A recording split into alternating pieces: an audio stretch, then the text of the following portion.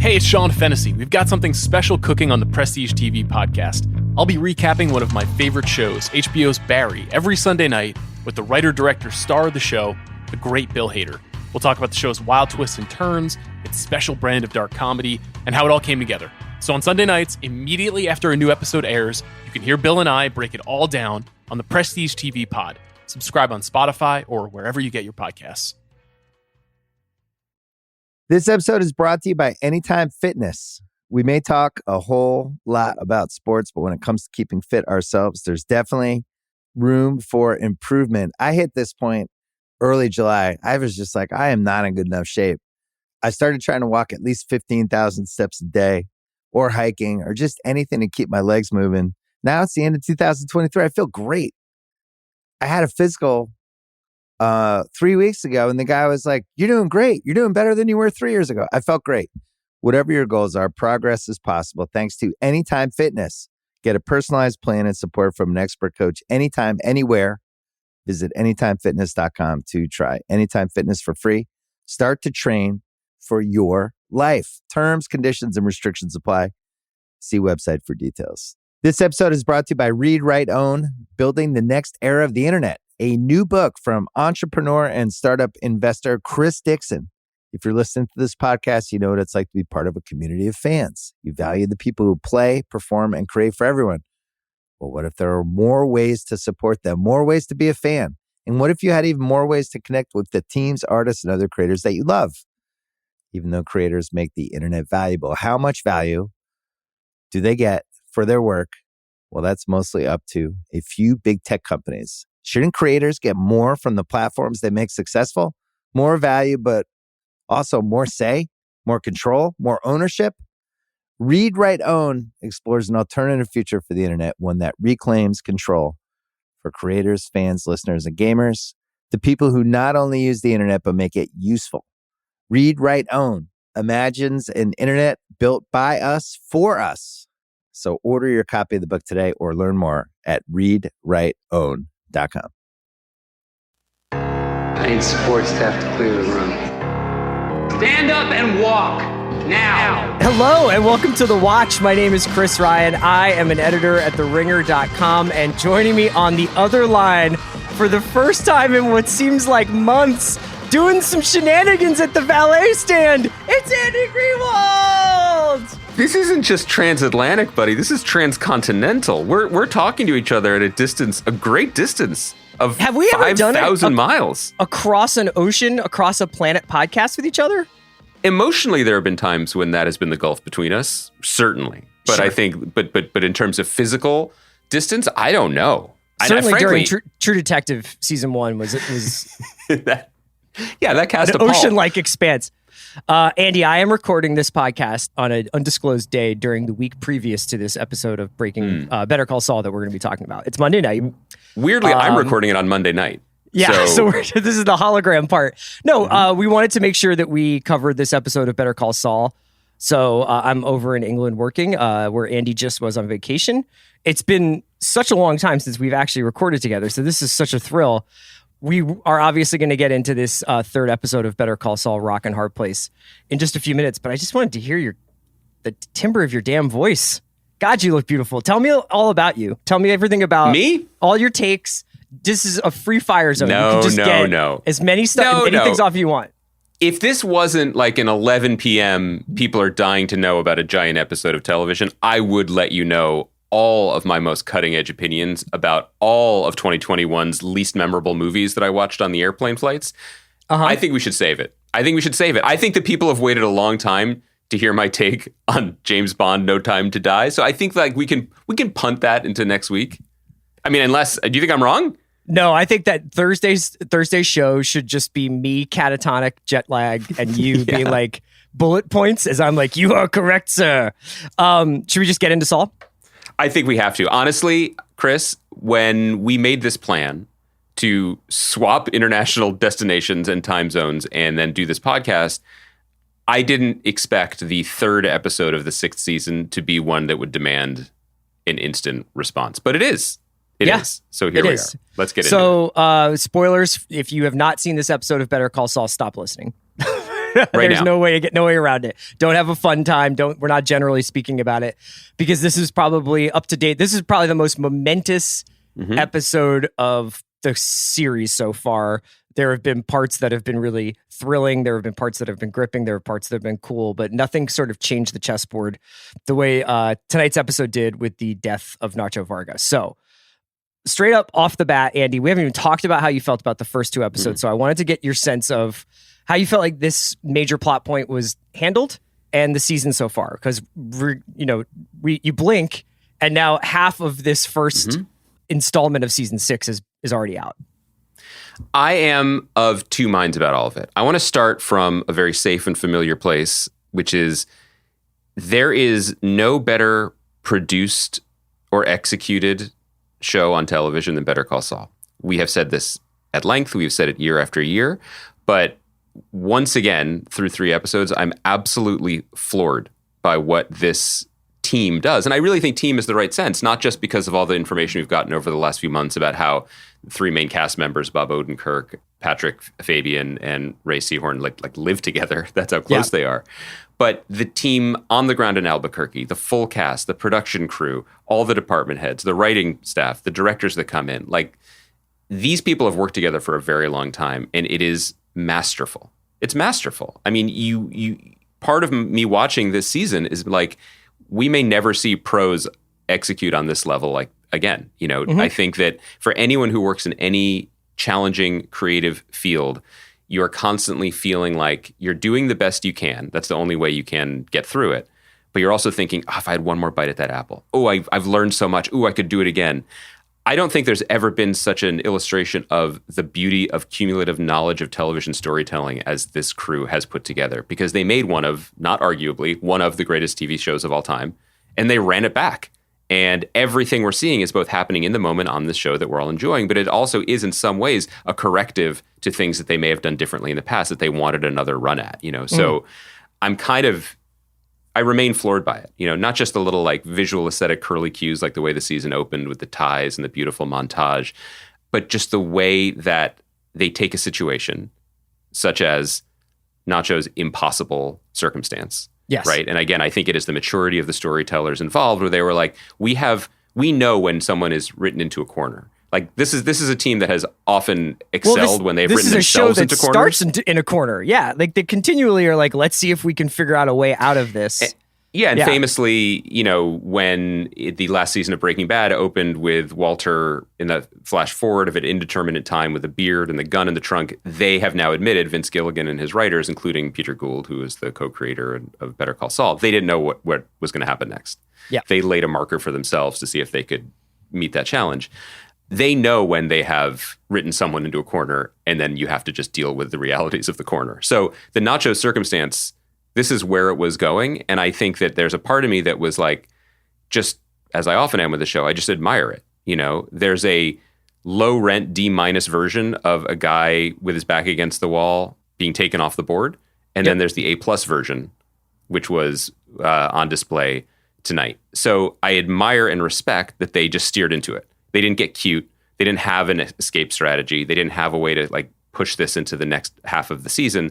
This was the time where this made sense on their big board, and they did it. And so that is my admirable, my admiring, positive big picture. I have a zag, but first I want to hear your take on it. Well, okay, so I would just say that this episode kind of reminded me of like, when you go see a band that's got 3 or 4 really good albums, but 2 or 3 hits, maybe not hits like on the Billboard charts, but hits among their fan base. And they play one of the hits third, and you're like, yeah. Where are you guys going to go from here? Like, you guys already played that. I was building this up. I've waited for the openers. I've had 3 beers. And now I was like, this is going to be last or second to last or an encore.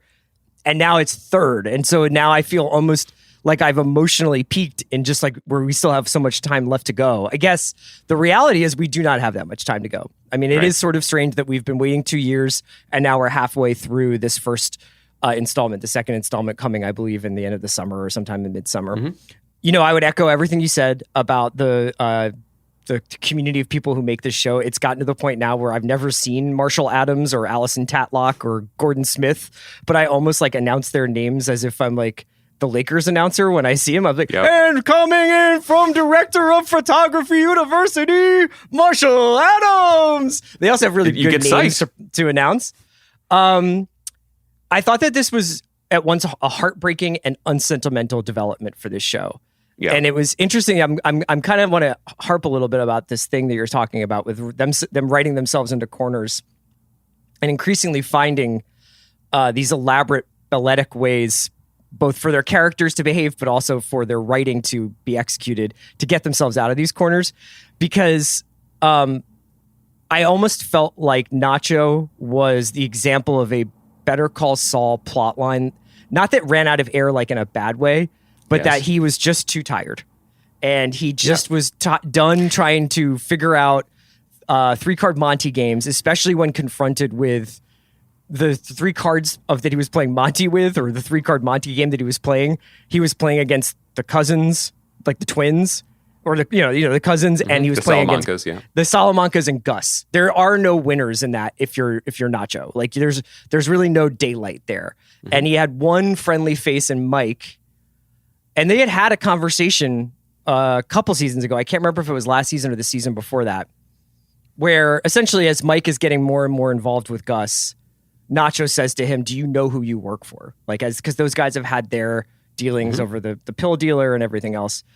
And Mike is basically like, do you know who you work for? You know what I mean? Like, I told you when you were getting involved with these people that this could get very, very heavy. And it's getting heavy. So I don't understand why you're involved. And Nacho says at that moment, my dad, like they have a gun to my dad's head, metaphorically. And they still had that gun on him. And I think that for fans of the show who were fans of Nacho and obviously fans of Michael Mando's performance, maybe we were expecting a slightly more like operatic or grace note of an episode from his exit. He is obviously a character who's not in Breaking Bad. So we were led to believe that he had either gone to Manitoba or died, one or the other. And it was the latter. And yeah, man, I mean, in some ways I was kind of, once they shared the shot of tequila, I was like, I don't think he's going to get out of this. I don't think Mike has an escape hatch. There are no more oil tankers to hide in. There are no more tricks to play. Like, he's got to choose between the best of all worst possible outcomes. Yeah, I think let's take a moment and say that one of the things that is just consistently a joy in television is when an actor gets a chance and makes the most of it. And Michael Mando has had a really nice career. He was in Orphan Black. He's I think he's the avatar of a very successful video game franchise. I learned during my cursory Wikipediaing last night. He went to like some of Canada's best acting schools. He's fine, and he's a really good performer. Though no one was questioning that. But his ability to meet the moment that the show gave him is really awesome.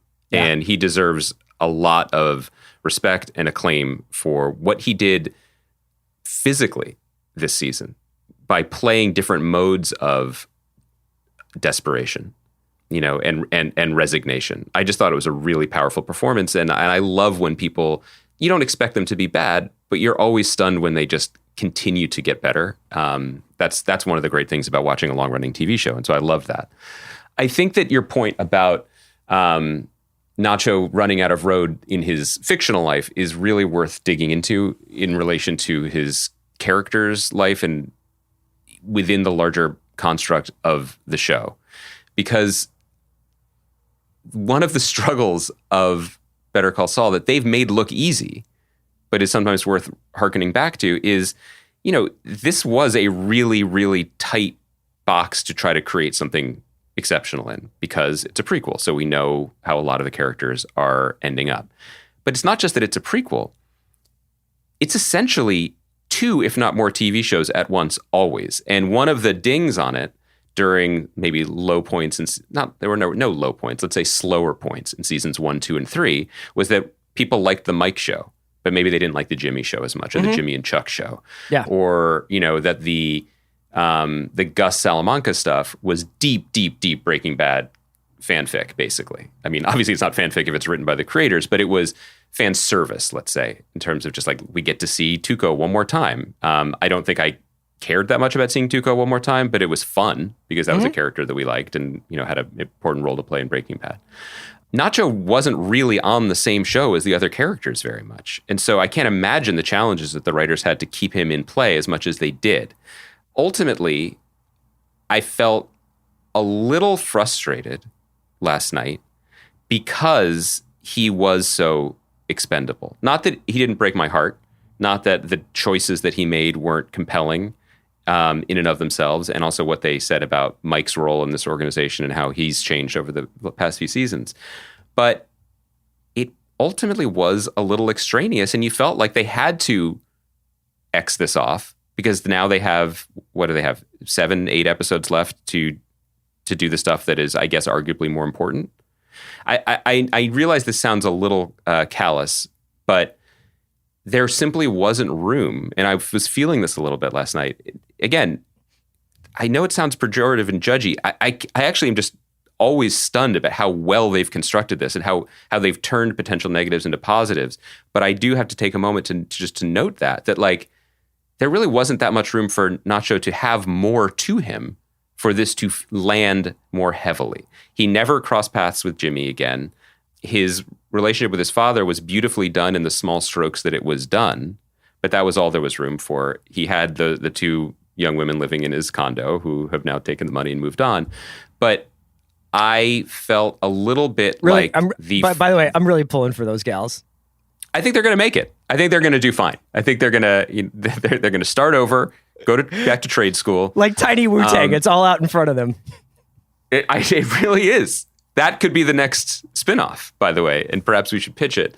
Do you know what I mean? Like, they gave him as much as they could give him at the end, including suddenly, finding this really powerful spine to just like basically spit in Hector Salamanca's face and stand up to everyone. And then, in the ultimate act of, I guess, aggressive narrative ownership, do to himself what they were all going to do to him anyway and accept that. But I did in that moment feel like there wasn't that much. I wish we had more from him, or I wish it had been more connected to the larger story, because it was such an epic moment. That was a long way of saying a very mild criticism. I completely hear you. I think that I would add these two things. And hopefully we can stop. I feel like we're in like the House of Commons and I'm like on one side of the bench and I'm like, good honorable sir, may you please tell me. Maybe it's just because of where I am. I would say that I thought Nacho played a pretty crucial role in this show. And you could say that he was supposed to be kind of the audience avatar for the street level show that Better Call Saul was, and for the drug dealing aspect of the show that brought together the Salamancas and the Fring Empire was sort of already kind of butting up against one another and interlocked by the time he's introduced early on in the series. But he plays a crucial role in bringing Jimmy into the underworld, with his like dealings with the Kettlemans. And then obviously he kind of interacts with Mike at a very nascent stage of Mike's relationship with the new Albuquerque underworld.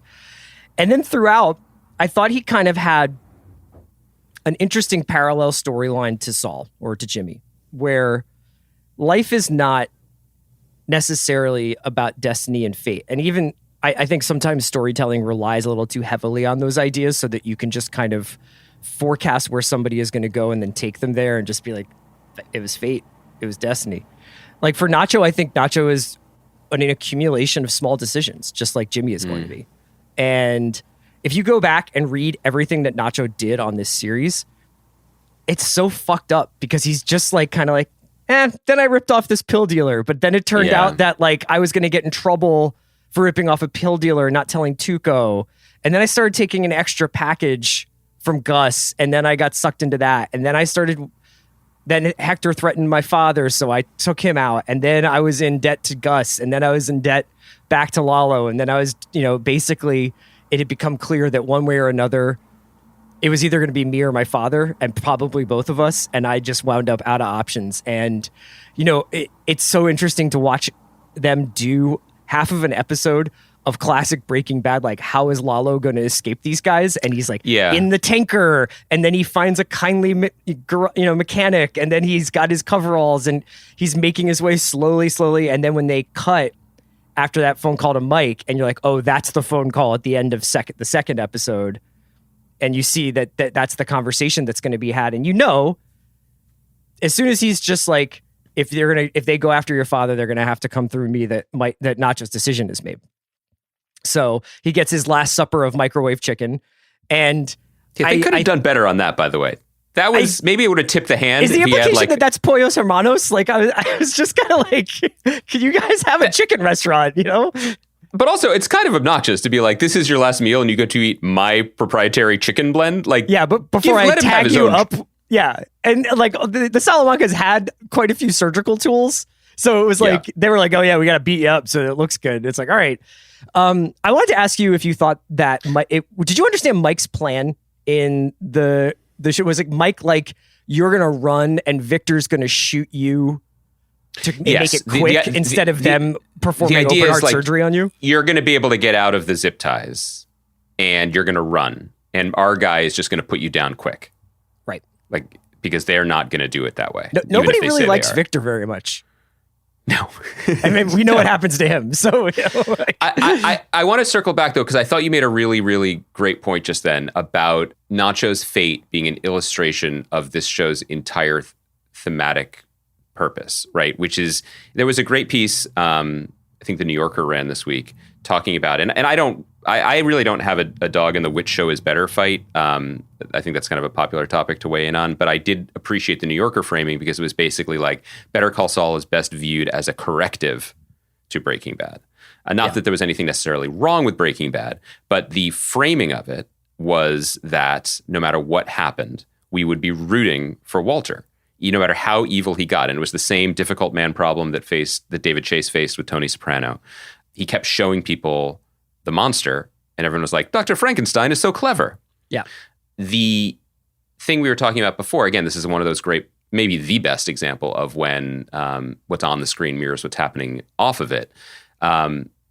Breaking Bad was so audacious with its challenges, challenging it creatively to like, how can our characters best this? And with a character like Walter, he would always use his brain and his scientific acumen to find a way out of it. I mean, remember Magnet's bitch? I mean, it was just outrageous, the extents that they would go to, and it would work. Mike is, in a very different, more damaged and kind of beautiful way, a similar character because he always gets out of it. He can always find a way to go to Mexico, extract someone. I really love the yada yadaing of actually getting Nacho back. We just saw, once again, he's figured out a truck with a water. I mean, who cares? We just know Mike can do that. So that was really smart that they didn't waste time on that. But what you were saying that I really responded to is, on Better Call Saul, ultimately there are no moves left. And when you are characters who believe either that you are making small decisions without seeing that every small decision leads to a bigger one, or if you're someone like Jimmy/Saul who believes there is always a play, there is nothing more devastating, right? When you're suddenly out of moves. So I think that is a really well-observed example of it. I also think it speaks to the nature of Better Call Saul in its overall design, which I know I kind of dinged at the beginning for having like 2 main characters and 3 stories, whatever. One thing that is absolutely the case, and that's absolutely an improvement that we're seeing bear dividends in this season, is that because they had a deeper sense of what they were doing and where they were going, all the characters that were on the board in season 1 will be the significant chess pieces for season 6. That was not the case with Breaking Bad, where they were literally making it up as they went along. And so it's not just Jesse isn't going to die, he's going to become the second protagonist. It's also that repeatedly they would have to introduce new villains or new antagonists or play out aspects of their larger story with Jesse people. Plemons. And so it's Jesse Plemons, so it's going to be awesome, but it's not exactly the same thing as wondering for 3 years, why is Patrick Fabian on the show? Oh, because Howard represents, in many ways, the final boss that Jimmy's been raging against his whole life. And this doesn't seem like it's going to particularly end well. And similarly, Nacho, there from the beginning, his arc is significant. So when these terrible things happen that we know they're going to happen anyway in the final season of a show like this, they're happening to people that we've been spending all this time with. And that just hits different. This episode is brought to you by Mint Mobile. New Year's resolutions are fun. the first couple of weeks. Then you kind of maybe conveniently forget about them halfway through January. No shame. It happens to us all. But this year I have a foolproof plan, at least when it comes to saving money. Just switch to Mint Mobile and you're done. Goal accomplished, because for a limited time, their wireless plans are $15 a month when you buy a 3-month plan. The great thing about Mint Mobile is there's no jaw-dropping monthly bills or unexpected overages, and all plans come with unlimited talk and text. Get this new customer offer today at mintmobile.com/watch. Additional taxes, fees, and restrictions apply. See Mint Mobile for details. This episode is brought to you by State Farm. You might say all kinds of stuff when things go wrong, but these are the words you really need to remember. Like a good neighbor, State Farm is there. They've got options to fit your unique insurance needs, meaning you can talk to your agent to choose the coverage you need, have coverage options to protect the things you value most, file a claim right on the State Farm mobile app, and even reach a real person when you need to talk to someone. Like a good neighbor, State Farm is there. You don't have to buy custom window treatments in person, because Blinds.com invented a better way. Blinds.com is 100% online. There's no showroom markups or waiting hours for quotes from pushy salespeople. A Blinds.com designer helped me pick the perfect style for free. And Blinds.com shipped free samples right to my door. You can DIY or book a pro like I did with just one click. Best of all, everything's covered with the Blinds.com 100% satisfaction guarantee. Shop Blinds.com for up to 45% off. Rules and restrictions may apply. I've got kids, and that means it's always about them. But I need support too. That's where Ollie comes in. With their delightful, hardworking gummies, my partner and I can actually get a good night's sleep, so we'll both stand a chance of managing our stress responses. Even when the kids are doing parkour in the living room. Discover Ollie vitamins and supplements. These statements have not been evaluated by the Food and Drug Administration. This product is not intended to diagnose, treat, cure, or prevent any disease.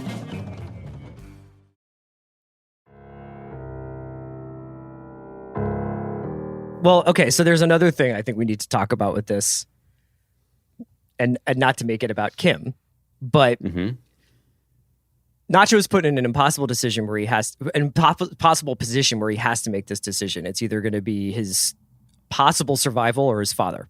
It's not. You can't have both. In this episode, Kim very plainly presents Jimmy with this situation where it's like you can either be a friend of the cartel or a rat. There's now a binary of your existence. You cannot be cool lawyer guy who may have helped out a few dudes here and there, but ultimately it's you and me, and we're trying to like keep slowly moving up the food chain of the Albuquerque, class system. Demimonde. Yeah. Now it's like you only have two choices. You can only be Jimmy McGill, who is breaking your confidentiality and your privilege with your client to this Albuquerque DA, or you can literally just go full cartel bagman. And I dare say I don't think Jimmy understands the implications of his decisions on Kim yet. And I was curious whether you thought Kim understands it or is starting to, because I think those first two episodes, it's like Kim's Breaking Bad. Kim's got the hooded eyes of darkness outside of the Kettleman's offices. Kim is the one being like, what if we did something more audacious? What if we did something more elaborate to punish and to humiliate? And, she has that conversation with the DA and she comes back to Jimmy. And in that moment, I wonder whether, it's such an incredible scene, but I wonder whether Kim is now regretting where she is or whether she doesn't even know how deep she is and how deep they are. Well, I really love the way they've been painting her, the run of track from her conversation with Jimmy in the season finale of the previous season, where she's just like, they're just having hamburgers and ice cream in the same hotel I filmed Briar Patch in. And sorry, I had to. And, she's pushing it. She's pushing it. And that began some of that Is She Breaking Bad talk, right? And then in this season, they're married and they're united. But then we get to the scenes in last week's episode with the Kettlemans, you see that the fire that burns in her is a different flame that's in Jimmy. I think that they both share a deep resentment at the just societal unfairness of America, right? Like of how the Howards can keep climbing and everyone else kind of gets shit on. And Kim sees that when she's doing her pro bono work, because it's like the poor kid who gets caught while the rich kid does the actual robbery. But it is not her own injury that is being performed. And I think that that's another brilliant thing that the show did very meticulously and surgically over the previous seasons, is that what we understand, we understand Saul Goodman because of the psychological harm done to Jimmy McGill, and how everything that he does is still related to Chuck, is still related to the first, I was going to say 30 years of his life, but it's Bob Odenkirk, so we could say 55 years. We can fudge it. That is, it is personal. It is not business. For her, it's still a little bit, the core of her being is still strong. But to the great point that you made about, small steps leading to larger ones, she's married to him now. Mm-hmm. And it is no longer an abstract of, I want to keep him out of trouble, or we're going to do a con at a bar and not hurt anyone and be Robin Hoods, basically. Yeah. I think she's been able to justify that. But the specter of cartel and cartel violence is just way too large. And so, this isn't a spoiler. This is what we thought was coming for multiple seasons. Not necessarily that she will die, but that she is a tragedy. Mm-hmm. What has happened to her is the tragedy of this series, and this is when we start to see it. I mean, Ray Seahorn's face in the office of the prosecutor, right, when she just goes completely still, which is legal training, right? Like, she's really good at poker facing it and being professional, and having people just. She does. I would love to have her negotiate my next deal with Bill. I've been joking that I want Rich Paul to do it, but Ray Seahorn being like, "That's very interesting. Thank you for telling me. What do you want?" Pretty amazing. Amazing. I love that. And I love that it's this is the benefit of all the time we've spent with all of the scenes in the first two seasons that we felt were maybe minor, right? Is they are just all leading. They themselves are small steps leading to the larger ones. She's playing the same character now, but the circumstances have changed so gradually. It's still just a beautiful machine that they've done. And I love those quieter moments now when we can just sort of sit back and admire it. Yeah, I mean, there's no really way to speculate. Like I said, I'm actually in no rush to finish the series. You know what I mean? Despite how tense it is and stressful it is, I find it to be honestly gorgeous. Like, if possible, I feel like the compositions and the sort of cinematography have gotten more and more rich, to the point now where there are no traditional shots. Like, there aren't really masters and over the shoulder shots anymore. It's all shot through the bottom of a shattered piece of glass that will be, Nacho's brief respite from torture, or these like kind of just beautiful angles that they find for the most ordinary conversational scenes. But I do feel like very much like the Nacho thing is some sort of, it portends very poorly for Kim, and it'll be fascinating. I've been a victim, or I've been guilty of trying to reverse engineer this show from what we know from Breaking Bad, whether it's because of, Mike and Gus's seemingly close relationship in Breaking Bad that would suggest Mike is not going to take Nacho's death that personally for too long, at least, or maybe Gus turns around and puts Kaylee in harm's way. I have no idea like what was going to connect those two. Obviously, Kim's not in Breaking Bad, and Nacho's presence is still in Breaking Bad. You know what I mean? He does say, "Was it Ignacio or was it Lalo or what?" Yeah, that part is odd, only because Jimmy had nothing to do with any of this, and is still under the impression that Lalo's dead. So clearly, the story of Nacho, or as he says in the show, Ignacio, being involved in the Lalo thing that leads to whatever Lalo is coming back to do is going to have to have a big imprint on Jimmy for him to be blurting that out. Right. And the show, do I care if that lines up?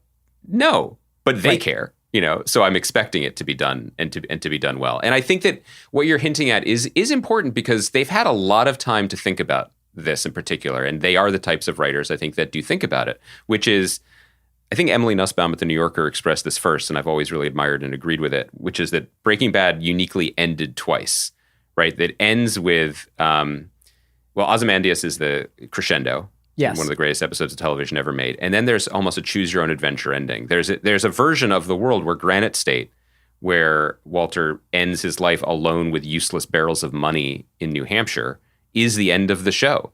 And it is low key and small bore and devastating. And then there's the actual finale of the show, or at least in terms of how it aired, it was the actual official finale, where he comes roaring back, rights all Jesse. the wrongs, and dies in a blaze of glory.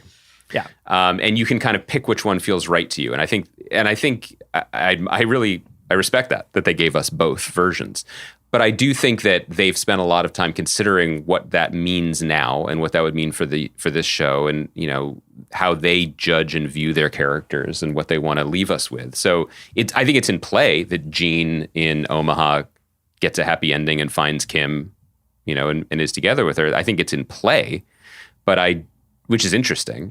But I'm in no hurry to find out what happens. I'm very interested in finding out how they decided to end up there. Yeah. And also, I was wondering, this is a broader question and one we can talk about through the rest of the season, but this show, this whole enterprise, both shows, has some pretty devastating things to say about family, like having one, you know, like, and the ability to both, not to be too glib and reference that Atlantic cover that was actually about feminism, about like, can you have it all? Do men deserve to love people because they just hurt them? Like, that is literally what this show is, right? Like, Nacho. It's basically like, if you love someone in your life, are they going to be on the other end of Mike's sniper rifle? Inevitably on this show, they will be. The only people who are successful, for whatever that means, I mean, are ones who have gone through the fire and lost it already. As soon as you have anyone, you're doomed. And it's that's not new. That was the case in Breaking Bad. With why was Mike doing this? Oh, we found out it was for his granddaughter. That was why he did everything. Gus, perhaps the most successful sociopath, it's because of what happened to his brother, right? That he didn't have anyone at all anymore, and so he could just go full beast mode for the rest of his life. It's pretty gnarly. It's pretty bleak. And Kim, who I think has shed his family. Yeah. Jimmy has no doesn't family. Get along with her mom, right? Yeah. And so, but the fact that they've now bound themselves to each other as family is in many ways that we'll probably look back on that decision as and fatal. You know what's funny? You mentioned that. It's Nacho's like decision. They're only family in these legally binding terms. They chose to be married because it made they gave them spousal privilege. Mm-hmm. I still feel like every time they kiss, I'm like, are you sure? Yeah, sure. You love it. Like, it's like that. Cause like you guys can be best friends and partners in crime and law. And I think that there's a lot of like beauty in their relationship and the way that they eat together and the way that they work together and the way that they help one another prepare and train. But it's not like this, like, that's a good point. I mean, they don't have a Romeo ton of and chemistry. Juliet thing where we can't stay apart from one another, It's not, it's a really interesting point, and I'm sure they've considered this, and it's intentional to a degree. I mean, it's not romantic. It has always been a little bit transactional. I think that they deeply love each other in their damaged ability to love, right? But you're totally right. There's a moment in this episode where she kisses him, and I was like, oh, right. I forgot. Or when I rewatched the season finale and they're under the sheets together, I'm like, maybe they were just cold. No, because they wake up together in the first episode of this season, and they're like, hello. And I'm just kind of like, no, people usually don't. Like they actually seem sincerely happy to spend all of their available time with one another, but it's not like this. Again, Breaking Bad is not about destiny and fate, nor is it about star-crossed lovers. It's about people who make these little decisions. And that's such a great observation that like the people who live longest on Breaking Bad or in the Better Call Saul world are the ones who shed their family. And that is true also for Walter to some extent. Yes, but it's also a really, it's a good point to make in light of, in that New Yorker piece, which maybe we could tweet out or put in the show notes or whatever. I thought it was really interesting. It talked about something, and we've mentioned this before too, but the way the show hits different with everyone coming back older, like they don't try to hide it. They can't hide it. Like Huel looks different. Everybody looks different than they did when they were on Breaking Bad, and this is happening years before that. But I think in some cases it really helps the drama play out because the Kim and Jimmy relationship is definitely an older person's vision of a successful partnership in the way that the camera lingers most lovingly season after season on Kim brushing her teeth before bed in her little like athleisure tank tops. Like, and that is the kind of like quotidian intimacy that can define a very contented life. It's not hot for each other legal associates, which I guess theoretically they were supposed to be. At least David and Kelly is like, tell me more. Yeah, exactly. I just sold that straight to series to Hulu. He's like, what if Jimmy McGill and Kim Wexler love to get it on? It's Jim and Kim coming this fall to the CW. Yeah, it's a very, very, it's a very different thing, and I think that's also one of the reasons why the show is so successful. It's very elegiac. It's very like it comes chronologically before, but it does feel like a much more grave and mature storytelling exercise than Breaking Bad was. We are at a point now with Banks though where they're going to need like Thanos to touch him with the Infinity Gauntlet for him to like go to his 2002 age. Him, I don't know. Like, there's something, I don't know whether it's good as hell, but he is definitely much older than he was. I know, but I also have to say, maybe this is projection, but I am a very big fan of the switch that some older men and women can pull, which is just like, okay, now I have to pay attention to this, so I'm going to work an enormous amount to just be actively better and more fit than I was when I didn't have to worry about it. And like Odenkirk obviously did Taken, whatever, and he looks Diesel. Nobody. But Banks, right. I meant his version of Taken, right? Yes. But Banks looks incredible. Maybe and Banks has done his version of stillness. Taken. He just it never came out. It was just part of his like acting regime, I talked about this a couple years ago, but that dude is the mayor of Albuquerque. Like, I was on a plane with him a couple times. I saw him at the beautiful Los Poblanos resort, just like wearing a Guayabera shirt, holding a cocktail and taking pictures with everyone while peacocks frolicked behind him. Like, his life's good. Like, Kim Dickens on the way to set flew with him once, and they sat next to each other, and he was just like, here's where you get your apartment. Here's where you spend your time. It's a nice life. He just basically like, he and his wife have a condo. They fly in, they fly out. He wanders out into the desert for a couple of days at a time, comes back, and everybody's just like, that's the best character actor alive. I mean, I do like the scene when they did the shot of him with a sniper rifle. And I was like, he's not lying in the dirt. Yeah. I was like, that's not him. I was like, that's just not him. They need a stunt performer for him, but it's only to lie prone on the ground. Yeah. That's what it is. Is there anything else you wanted to say about this season so far in general, since you didn't get a chance to publicly comment on the first 2 episodes? No, just to say that the experience with the show, whether it's 1 year off or 2 years off, it's just, I feel like Charlie Brown with the football, where it's like, I get so excited for it to come back because I'm so warm with affection and love for the series and the production and everything. And then it comes back and I have basically forgotten every single thing about the show. And I forget. Who are the guys in Peru that they blame everything on? I was like, those guys in Breaking Bad, I can't remember. Like, do they show up in... I had no idea. And no, also... they're not, but yeah. But I forget that... I just forget that the show just doesn't give a fuck about your expectations in terms of its pace. That like, here we go. That whole sequence with Nacho's condo, with the young women, and then the safe, and then the Peruvian stuff. I mean, there's a different, less good version of the show where there's like, yeah, we took care of his place. But this show gives 20 minutes to process always. Because that winds up being, I think, a scene where Mike is doing Gus's bidding, but has a moment where he can take those 2 identity cards and obscure Nacho's exit strategy from Gus, right? Yes.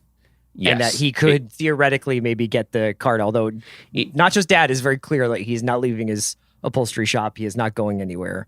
No, the show is flexing in a way that I don't even know if it did in the first 2 seasons, where like it built that whole, I was referring to it before, that whole like beautiful opening montage, only to linger on some piece of shit in the gutter. I'm like, I'm sorry, what? Like I if you knew that was Kim's beloved tequila bottle stopper, like, right. Congratulations, you eat free tonight at Bennigan's at El Camino restaurant. Yeah, no mortal knows what that is. Few mortals could see what it was, despite the high definition televisions many of us have, you know? And so I respect the show now. It's not even going to hold your hand. It is making the show for itself, for its mythology, for its legacy, and for the future, when the majority of people who haven't watched it yet, and also probably everyone who's going to rewatch it, is going to just binge the shit out of it and will immediately be like, hey, Kettlemans are back.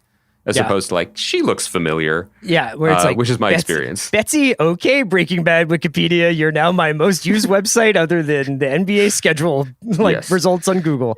Why don't we wrap it up there? It was just a tremendous episode. Shout out Michael Mando. I hope he gets rewarded for his incredible, if brief, performance this season. His face on the fucking phone, I am never going to forget it, when he's talking to his father.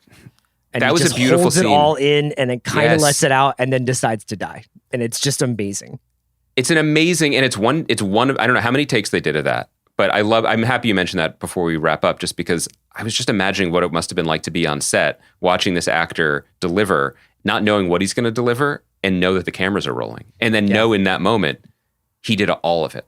And knowing, you know, the way actors are, he probably didn't know he did it. You know, he probably felt exposed or nervous or wanted to go it again, or thought maybe they'd use the second one, but that was everything. Yeah. It was great seeing you again, man. Thank you to Kai McMullen for producing us. We should do it again sometime. We should podcast again. Maybe we should talk about Winning Time, other shows. I heard, I was away for a long time. I heard that there were a lot of TV shows on in my absence, which is why... It's not even that, Andy, as much as what's coming. And really? Winter is coming in the spring now. It's just so much stuff. Barry, We Own the City, Saul, all on. Yeah. Are you're out on those shows? No, that's fine. But I do think it's important that, and Winning Time I want to circle back to, but I do think it's important that we hold Thursday to talk about my feelings about watching No Time to Die on a plane. And also maybe I could just ask some follow-ups about your drug church interview, because I've been compiling a dossier, and I just thought that could be Thursday. I have some footage from, well, it's not my footage, but I can send you some cool links of videos from the drug church show that I went to.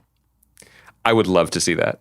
I would love to see that. I'd love to forward that footage to the CDC and get their thoughts on just the protocols. They'll be like, take your mask off, and would you like a complimentary bag of peanuts? That's fair. That's fair. Kaya produced this. We will be back on Thursday to chat about No Time to Die. Can't wait. Talk to you guys soon. It's the best podcast on the internet.